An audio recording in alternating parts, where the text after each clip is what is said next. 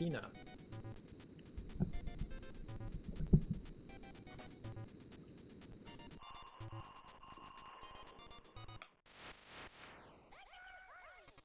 Oh, that was cute.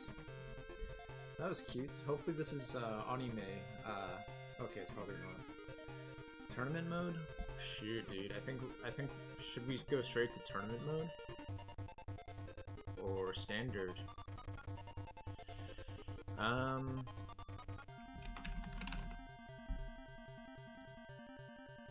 Shoot.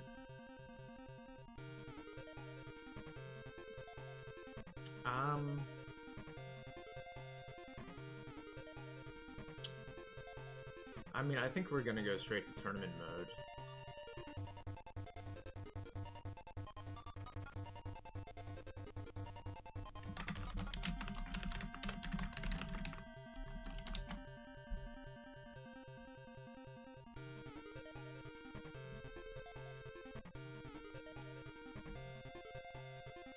Alright. Let's go straight to tournament mode. Oh, there's passwords, so that could be good.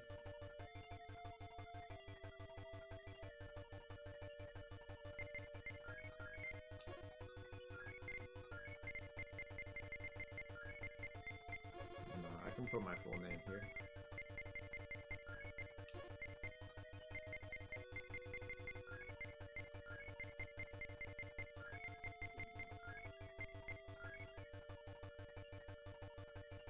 Type, power, normal, weight. I don't know, am I stupid for leaving it as standard?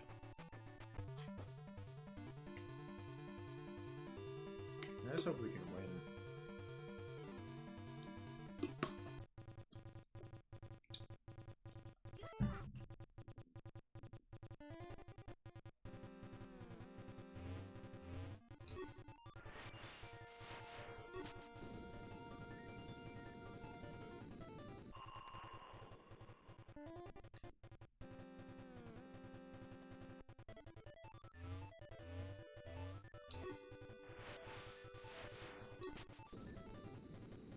That was a fuck up. It's not too bad, is it?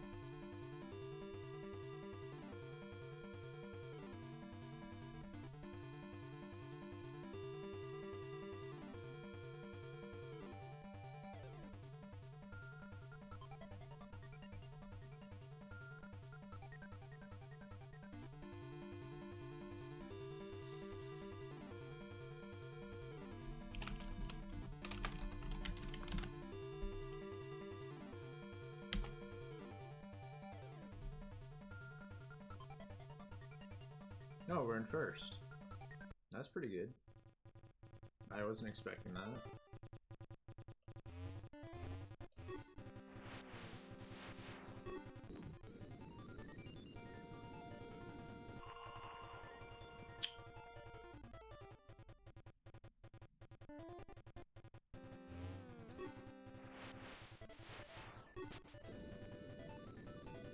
That sucks.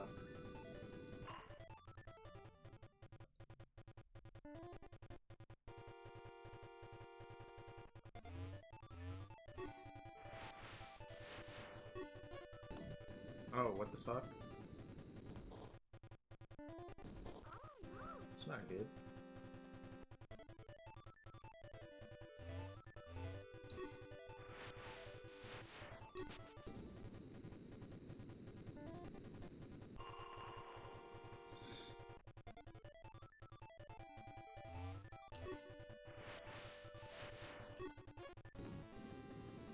Dude, how did that happen? I literally pressed the button.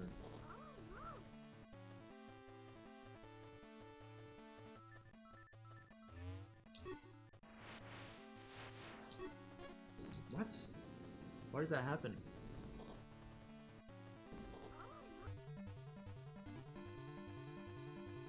Dude, what? That shit makes no sense to me. Wait, why is that happening? Can someone explain? Why is that happening? You have to press it twice. Apparently you have to press it twice. I didn't really know about that. Alright, whatever, we're just gonna restart.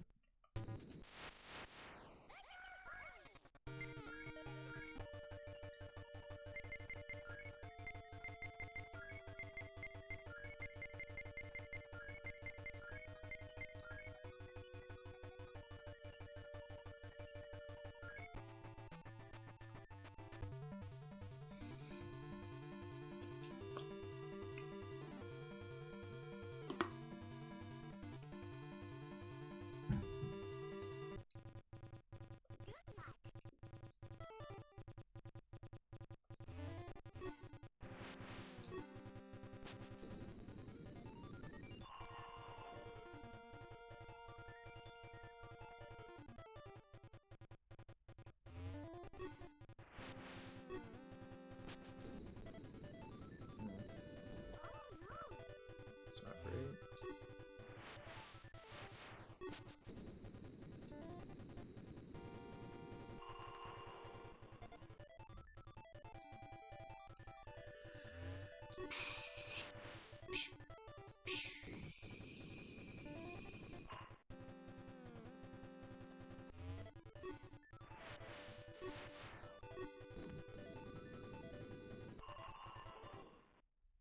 Huh, if you get it at the side?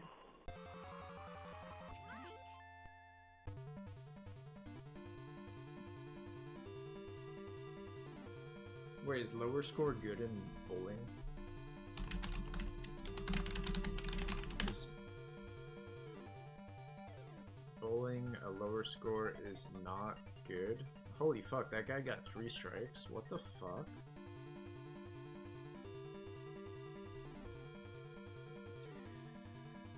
Oh my god, how did he do that? I was doing better last time.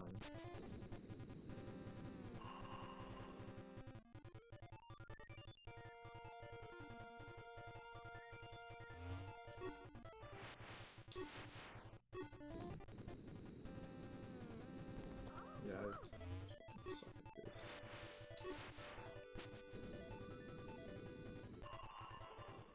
Close.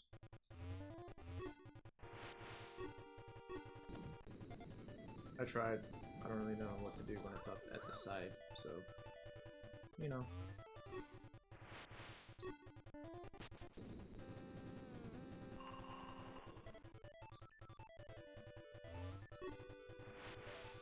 Just doing random shit now, I guess.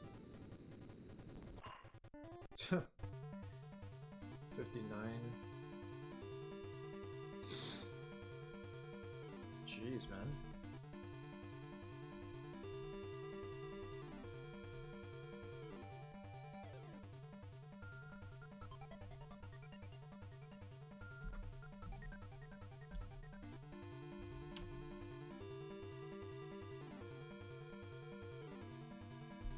Maybe I ought to choose a better bowling ball. I don't know. Fucked up, I think. Or not.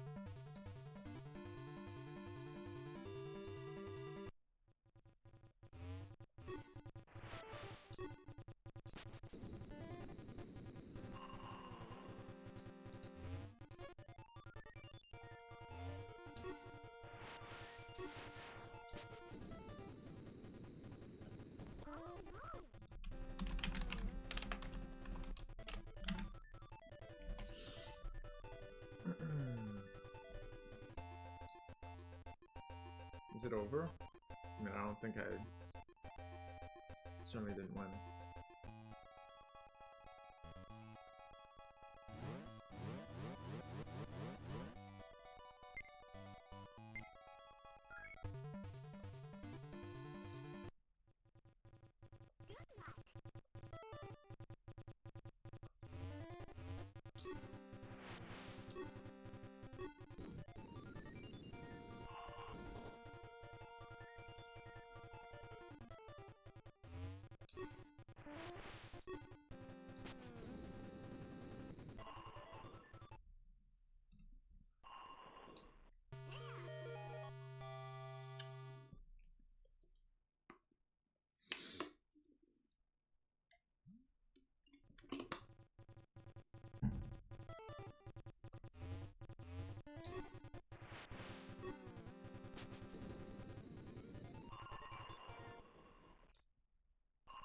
You just have to pick the 16 bowling. That's all there is to it. No, that's too bad.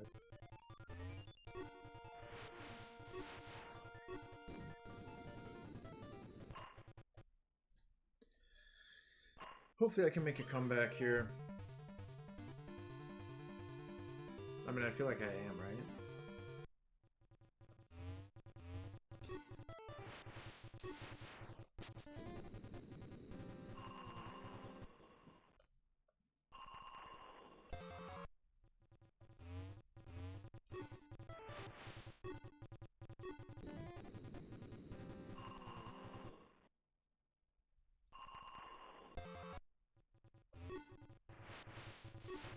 That's a mistake.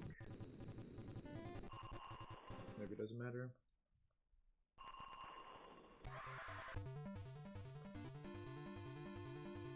We're not winning. What the fuck?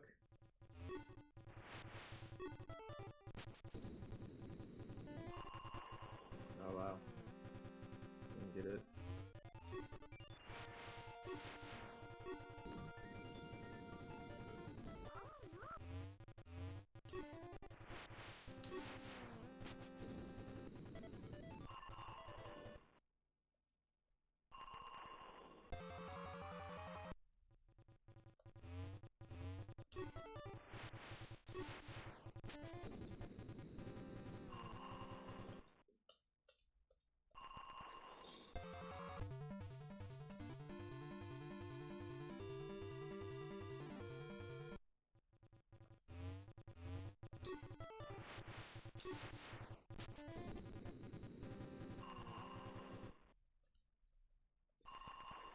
I feel like I need to restart and pick 16, I don't know.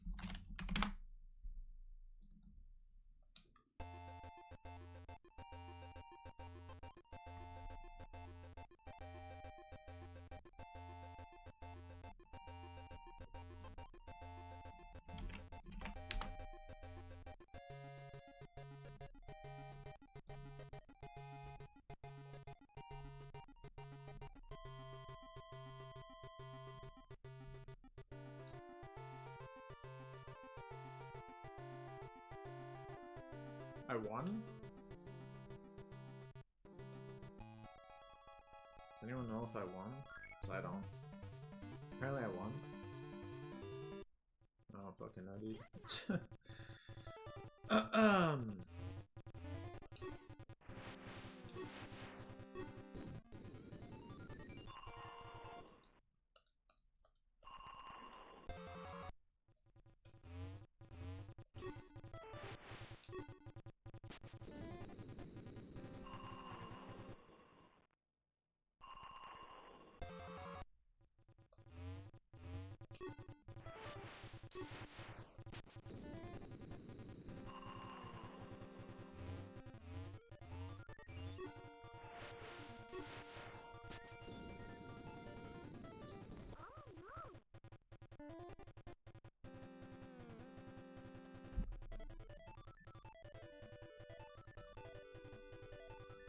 天呐！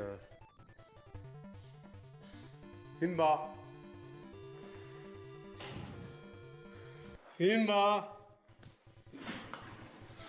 地下，地下行吧，行吧，行吧，行吧，行吧，地下，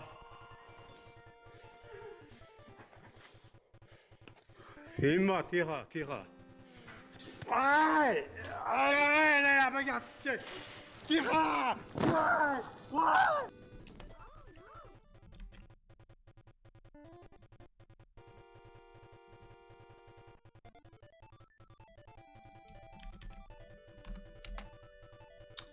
Interesting. What the fuck? What?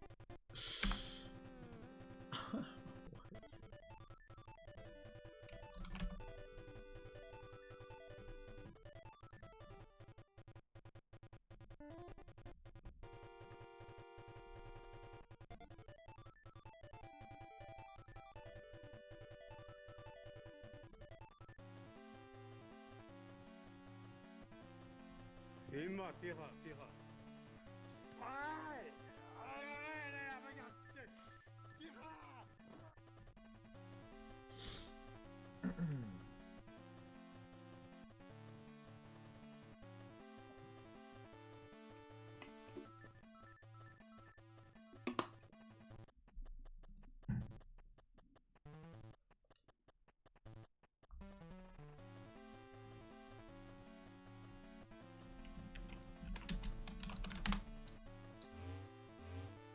Wild.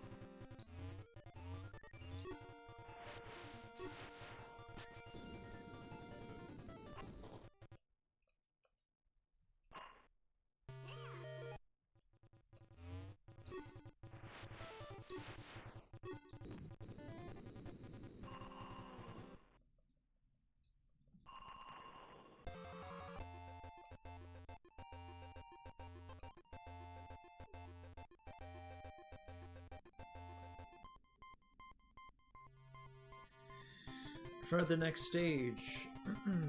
Password. Oh, my screenshots works.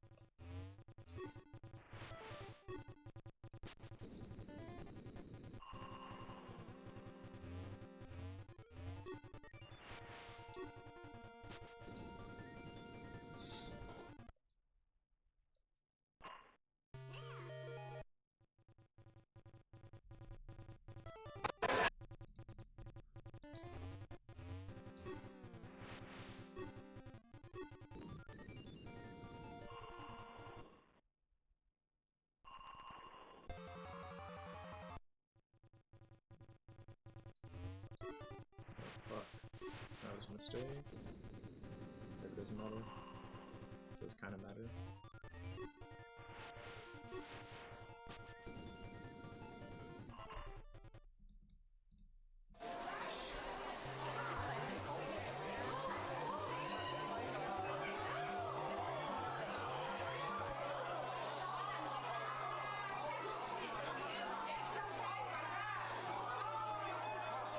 Não se joga, como não se joga? Como não se joga? Como não se joga?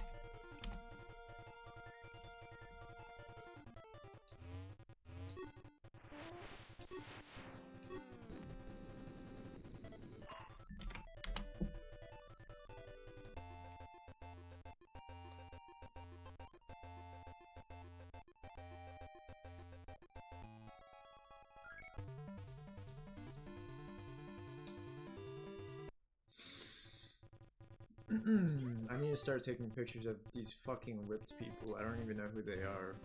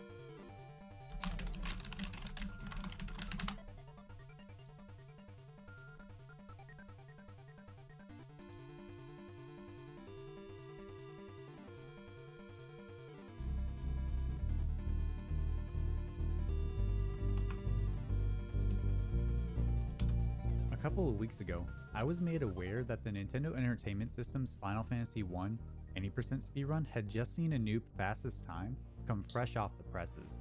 It just so happened to feature one of my favorite things to talk about on this channel, RNG manipulation. Now I know this is a controversial topic in most of my videos' comment sections, but if you're still here after me speaking those forbidden words, you're gonna be in for a treat. As I was learning the ins and outs of the Final Fantasy 1 speedrun, I noticed in the World Records chat history that another runner was working on a different version of the game. Dragon Darch SDA was in the process of routing RNG manipulation for the Game Boy Advance release of the game, so it got me thinking, what are the other versions of the game like? From the Famicom's release back in 1987, all the way up to the 2021 release of the Pixel remaster on PC, there are a total of 15 different platforms that these were released on. I looked into speedruns for some of these releases, and I was not disappointed. Not only have runners dived into these various releases, but each game has a different way it can be picked apart. So I decided that instead of celebrating one version of the game, why not all of them? Today, we'll be looking at all 15 releases of Final Fantasy 1 and seeing what runners have and haven't done with them.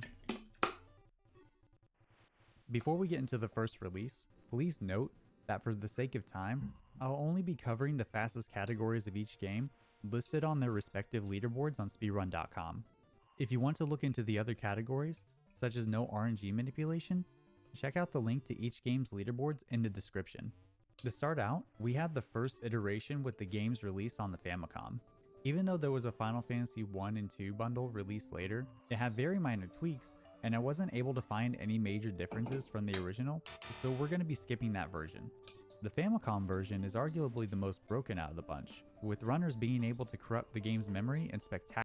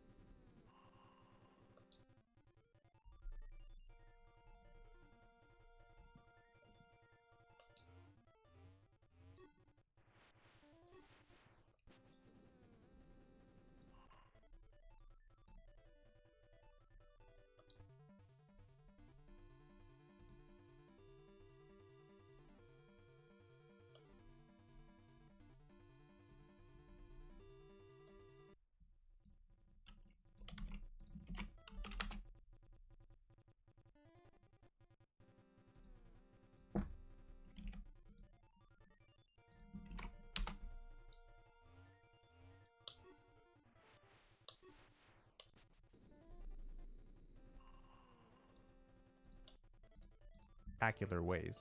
When you first go into Cornelia Castle, you'll see that there are some stairs. If you watch my Final Fantasy IV glitch video, then you may know where this is going. The game uses a counter to keep track of what floor you're on in a respective area. The technical term for this is actually a stack. Usually, when you go into a room or upstairs, the counter goes up, and the game records various things like the map you were in and your coordinates before you left that room. When you go downstairs or leave a room, the counter goes down and it returns you to that last recorded information for that counter. Some sets of stairs, like the ones in Cornelia Castle, actually only increase this counter. If you keep increasing the counter and make the stack go too high, you'll overflow the stack, and some really weird things will happen. Runners walk up and down the stairs 32 times. This, combined with naming character 2 夜駅 and naming character 3, ジゴニム allows the runner to access the in-game credits by opening the menu on a specific frame. There are 3 runners who have completed this in just 1 minute and 39 seconds, but only 2 have video recordings, so that's what you'll see here. As one could imagine with such a short category, this run is extremely optimized and probably won't see another record for a long time. For our next entry, we'll be covering a device that was a gaming wonder for its time. The MSX2 home computer had its own version of Final Fantasy I with some relatively large changes and bugs from the Famicom release. Things like updated sprites, graphical changes, and a few shop and game mechanic differences were included with this. The main one of these unintentional changes being that enemy resistances in the normal Famicom version were flipped to actually being weaknesses, and their original weaknesses no longer being there. While this is very interesting, there's also an additional bug where enemies randomly resist all magic, which makes some bosses impossible to beat on the first try. With no US release, this one flew under many people's radar. Right now, the main way people run this game is through the use of an emulator due to how convoluted it can be to capture the game directly, and thanks to how costly it can be to acquire a physical setup. As a result, this version is relatively unexplored when it comes to speedrunning. A runner by the name of Shane Zell completed this in 5 hours, 56 minutes, and 31 seconds. This version does not feature the same credits warp capabilities that the Famicom version had, so this run requires going through the entire game. Starting out, Shane uses 2 fighters, a red mage, and a black mage.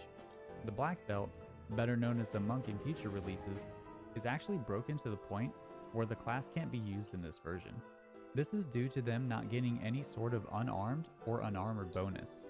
This is especially bad since buffing spells like Temper and Saber don't work in these early releases, so that means that fighters and mages dominate the class hierarchy. As for the route, it features the mainly linear path of going through some of the smaller main quests and the 4 Fiends fights. It also includes getting the Rat's Tail in the Castle of Ordeals and upgrading character classes at Bahamut. Some grinding is required to get Gil for weapons and spells, especially in the early game. Thankfully though, with all the spell resistances flipped, runners can easily defeat bosses using the Bane spell. This includes the final boss, Chaos. Overall, this run has at least an hour of time saved due to many encounters having to be taken, and about 30 minutes of time lost from Chaos randomly resisting all spells in Shane's first attempt at the fight. An interesting thing about this time save is that a lot of it is actually seen in the next version's speedrun.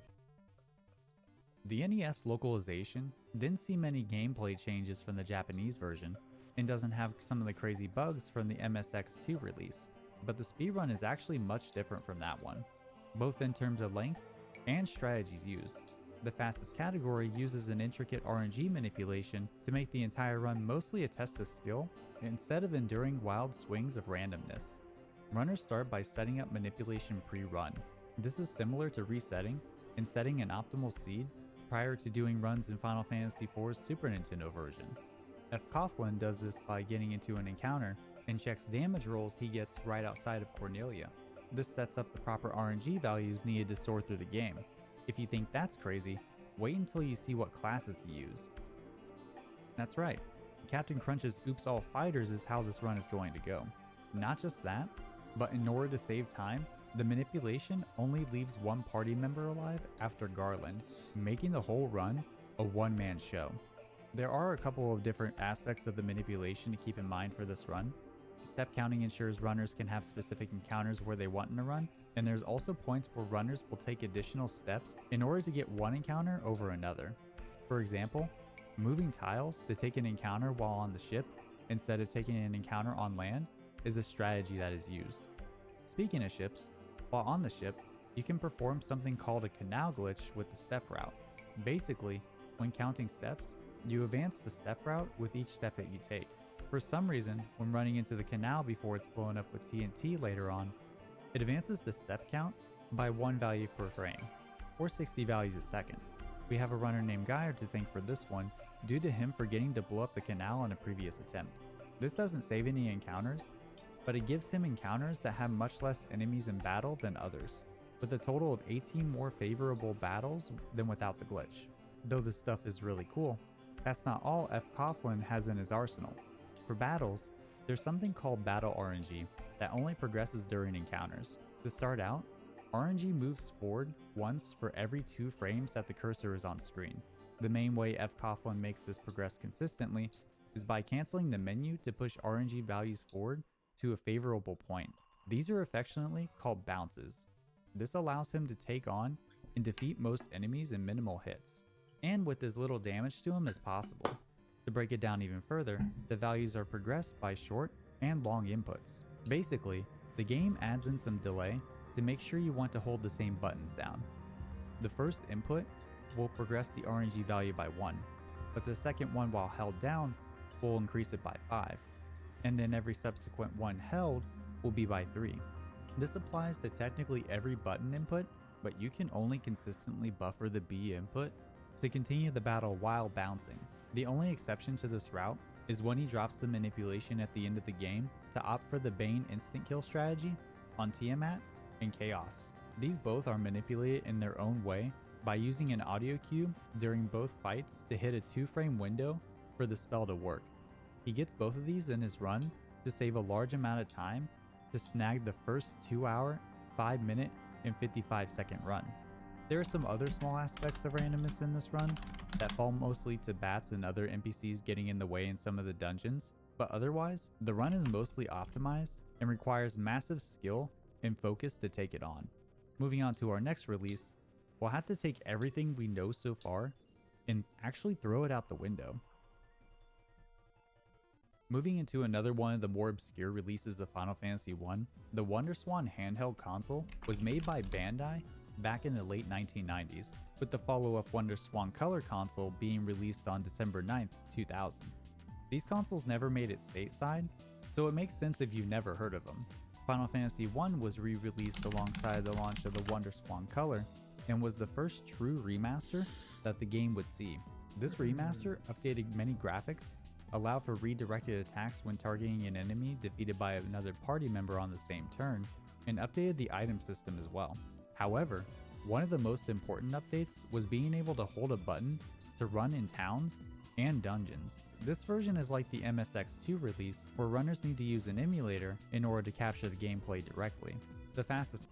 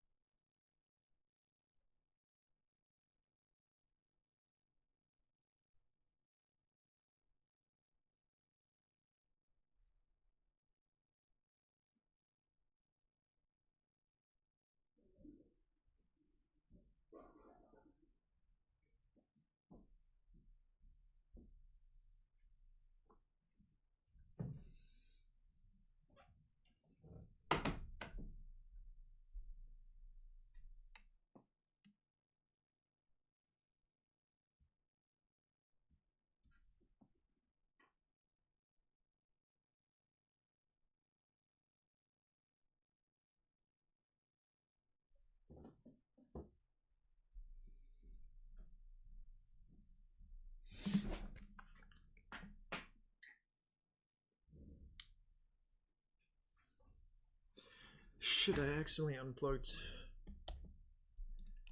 my headphones, which means we have to do save state because it breaks the emulation. Shit.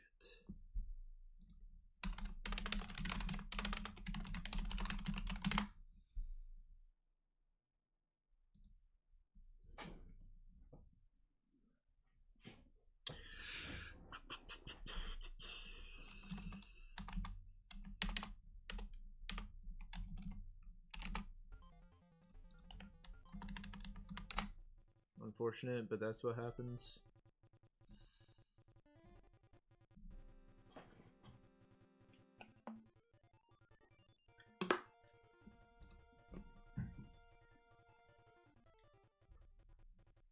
Time for this version is by our veteran Final Fantasy runner that we mentioned earlier, Geyer, with a time of 4 hours, 14 minutes, and 29 seconds.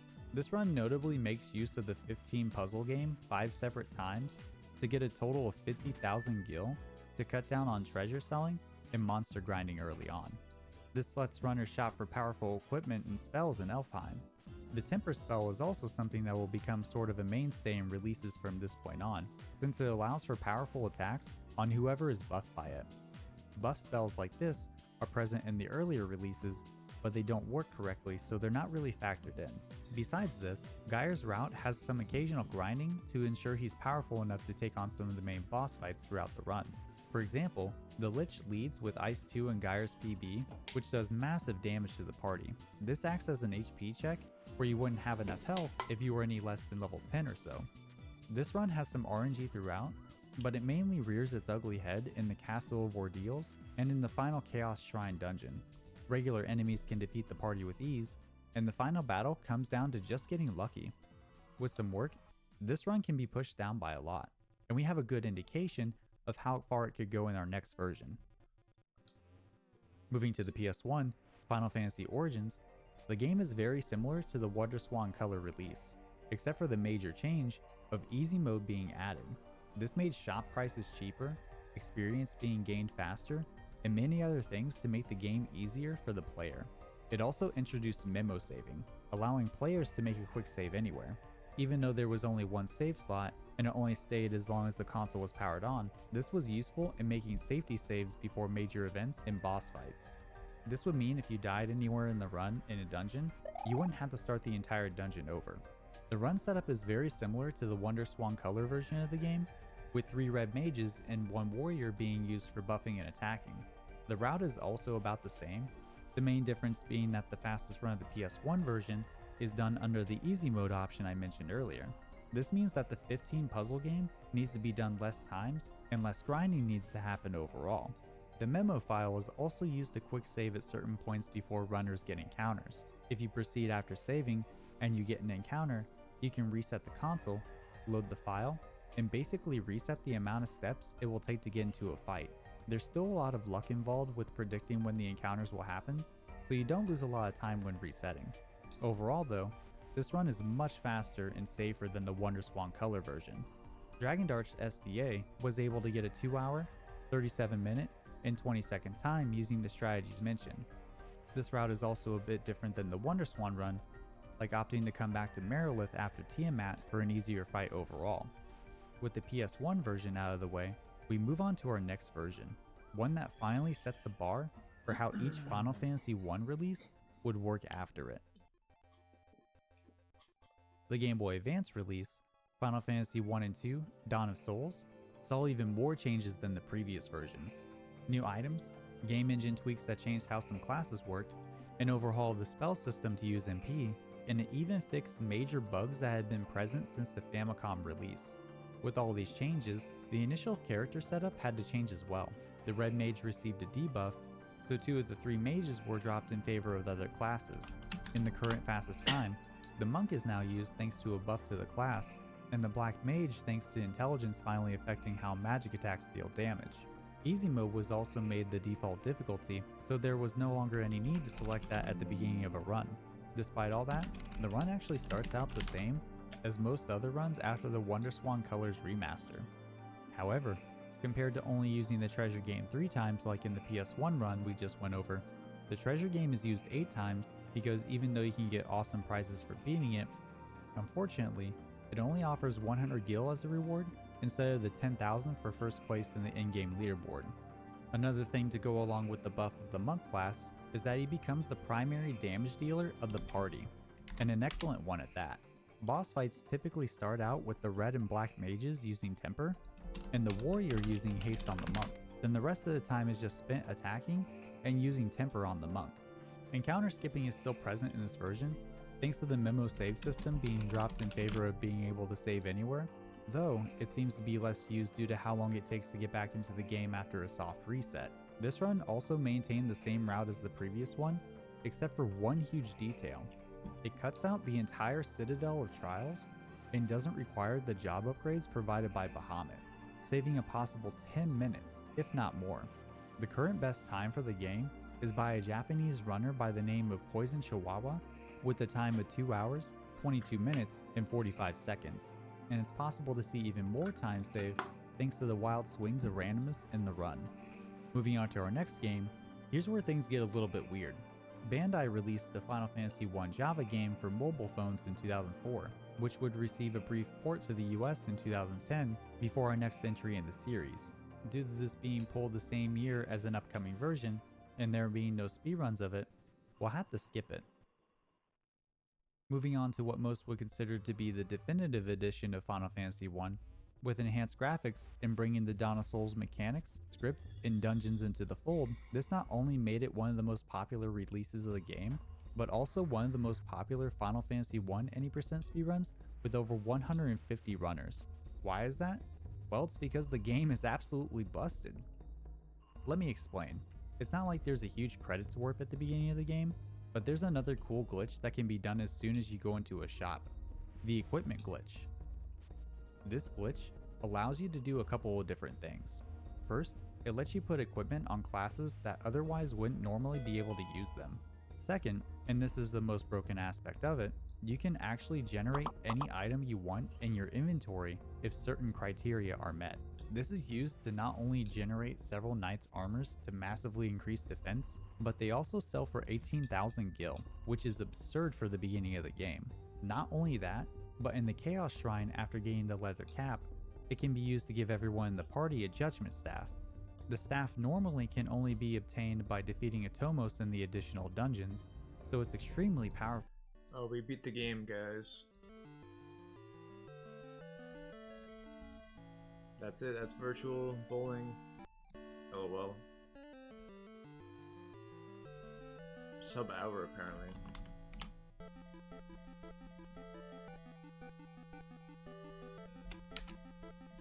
Well, it's the best bowling game on Virtual Boy, so there's that.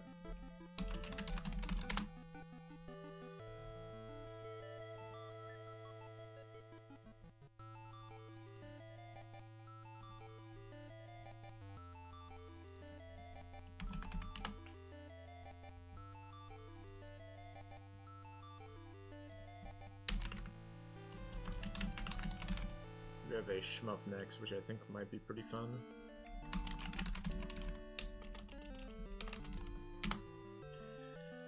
You were the greatest bowler. Thank you.